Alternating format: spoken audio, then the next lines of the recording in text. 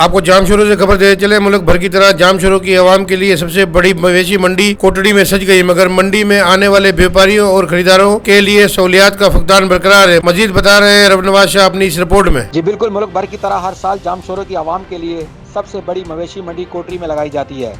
ज़िलहज का चांद नजर आते ही कोटड़ी में मवेशी मंडी लग तो गई, मगर डीसी जाम शोरों और म्यूनसिपल कमेटी की जानिब से मंडी में लाए जाने वाले जानवरों, व्यापारियों और खरीदारों के लिए किसी किस्म की कोई भी सहूलत मैसर ना हो सकी। मंडी में जानवर एंट्री फीस 400 रुपये वसूल किया जाने लगा।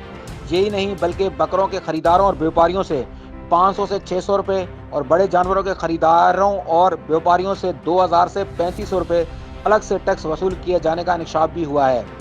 अगर बात की जाए कोरोना वायरस की, तो हुकूमत की जानिब से मवेशी मंडियों में SOPs पर अमल करना, अवाम तो अवाम है मगर इंतज़ामिया खुद कोरोना SOPs पर अमल कराने में बेबस दिखाई देती है।